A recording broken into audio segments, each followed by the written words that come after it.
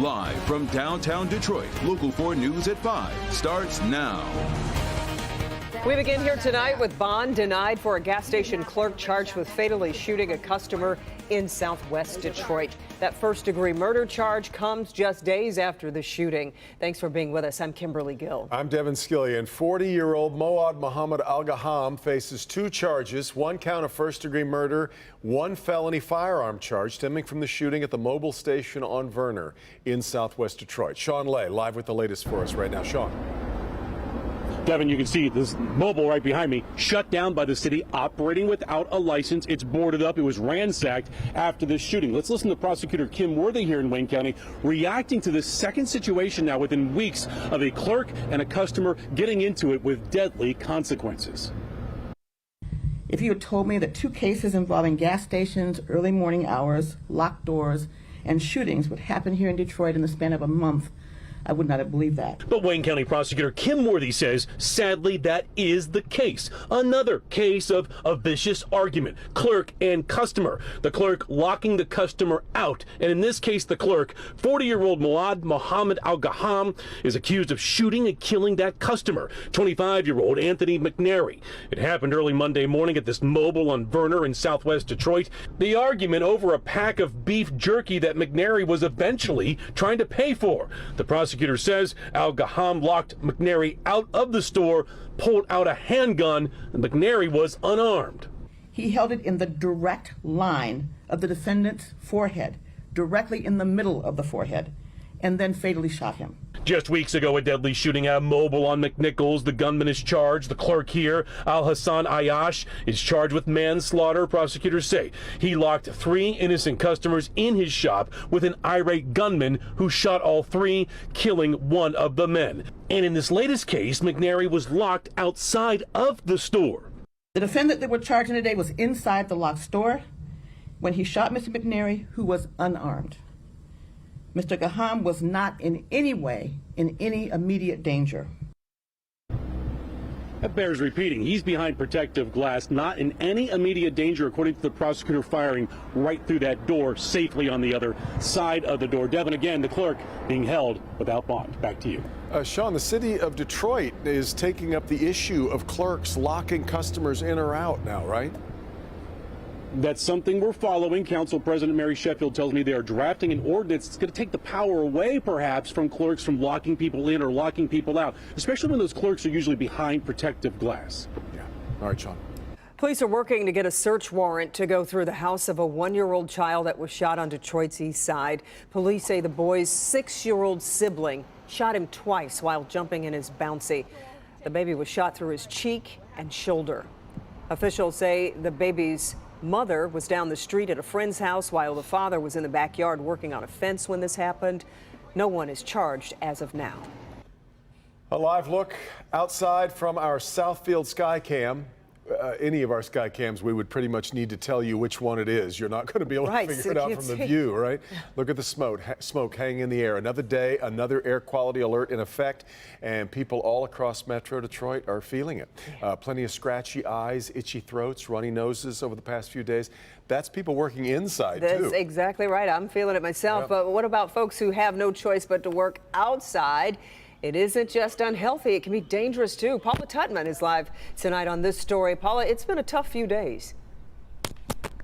Yeah, it really has. And when we talk about those lazy, hazy days of summer, this is not what we're talking about. You can see the haze hanging over the city, lots of people out recreating on a beautiful day, but also working. We talked to them about whether or not they should be wearing masks. They said, oh no, you know what, it's kind of bad, or oh, it's not so bad. This really isn't a big deal. Guess what? It actually really is a big deal. As courtesy ambassadors for the city, Sean and James have the great outdoors as their everyday office space. Usually it's fabulous, but the haze over the city has made working, walking, and breathing a tough exercise. I wish I had another mask. Maybe I just got to wear my last one. Even wearing masks has not helped much. But you can actually feel that there's something in there and it's not good. This was yesterday, this is today, and while it seems better today visually, it's not really by much. It's right off the Riverwalk, and we try to tell everybody that's on the Riverwalk at least have a mask on until it's lifted again. We don't want nobody getting sick down here. Just like smoke inhalation in a fire, this is smoke. The size of the particles, minuscule, which means our body's natural defenses can't filter them. Here's the thing, even if you think you're healthy, you really just don't know if there's any underlying issue, and it doesn't really make sense to test it.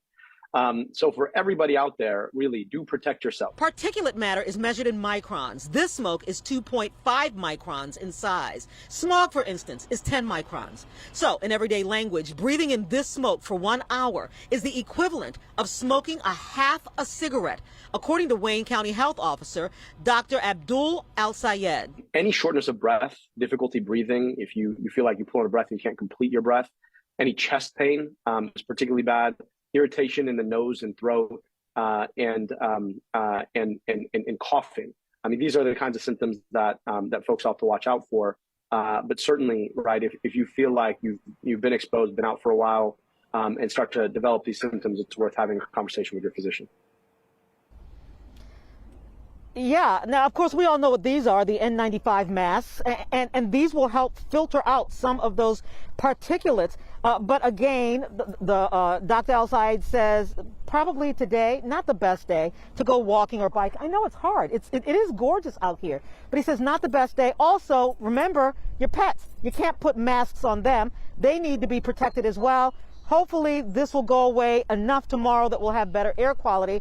But we really do need to protect ourselves, even if we are healthy. Guys? Indeed we do, and hopefully we can get some rain in here too. That would help things. Paula, we appreciate it so much.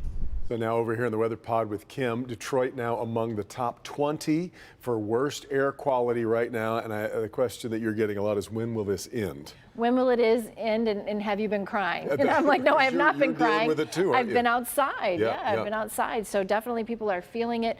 It is going to come to an end, but we still have to get through tomorrow at least. But we'll get some wind tomorrow. That's going to mix things up a bit, and hopefully conditions will improve. Right now, the air quality index, if you haven't been watching this week, you might not be familiar with this. We don't talk about it a lot here in Metro Detroit, but it's an index that goes from good all the way to hazardous. It is hazardous to very unhealthy on the East Coast. Here in Metro Detroit, we've kind of fluctuated throughout the day. We have a couple of sensors here in Detroit, and they're constantly monitoring the air quality. Right now, the quality is at unhealthy for some, meaning those with respiratory issues and asthma. You go up north, though, and unhealthy for everyone. So it is a constantly changing situation based on the wind and a lot of other factors.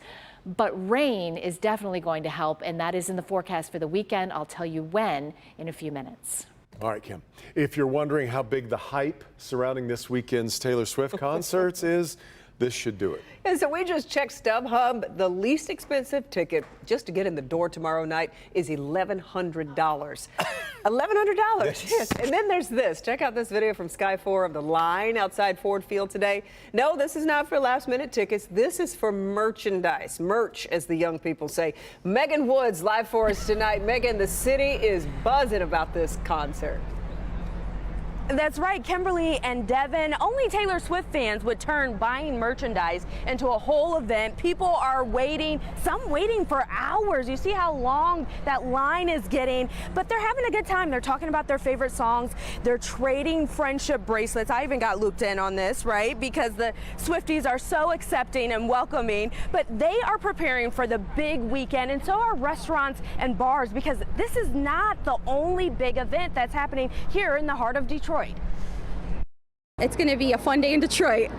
Fun and busy, but these Swifties are concert ready. We're coming in 5 hours early because someone said that it takes 3 hours to get to Detroit from where we're from, and so we're playing it safe. Especially when Friday there's also a Tigers game at Comerica Park, a concert at St. Andrews Hall, a show at the Fillmore and at the Fisher Theater, all at the same time. I am going to be dropped off, so I'm avoiding parking.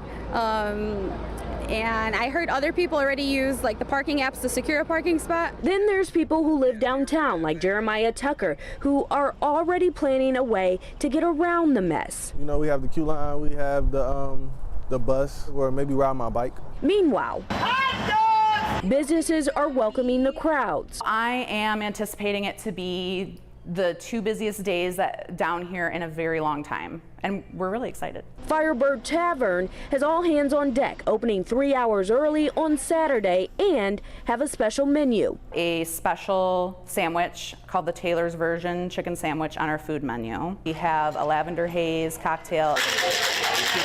It's a time where downtown Detroit can really shine. You know, it brings money through the city, it brings attention, it brings camaraderie, a place for people to get together. And what's so special about this weekend is it's bringing people who haven't been downtown since the pandemic and COVID back downtown to see what all these businesses have been working on. But then if you can't snag some of those now super expensive Taylor Swift tickets, you can come down here, get that merchandise, and still feel a part of it. You can go to Firebird Tavern and have those Swiftie drinks and the burger and just feel like you're there, right? Instead of getting the tickets or instead of, freaking out because you don't have the tickets. Reporting live in downtown Detroit, I'm Megan Woods, Local 4. The overflow, right? Yes. Because not everybody down there has the ducats. There's a lot of money, that's right. I was doing a thing today with Mayor Duggan, and he was talking about all the Swifties taking over. Yeah.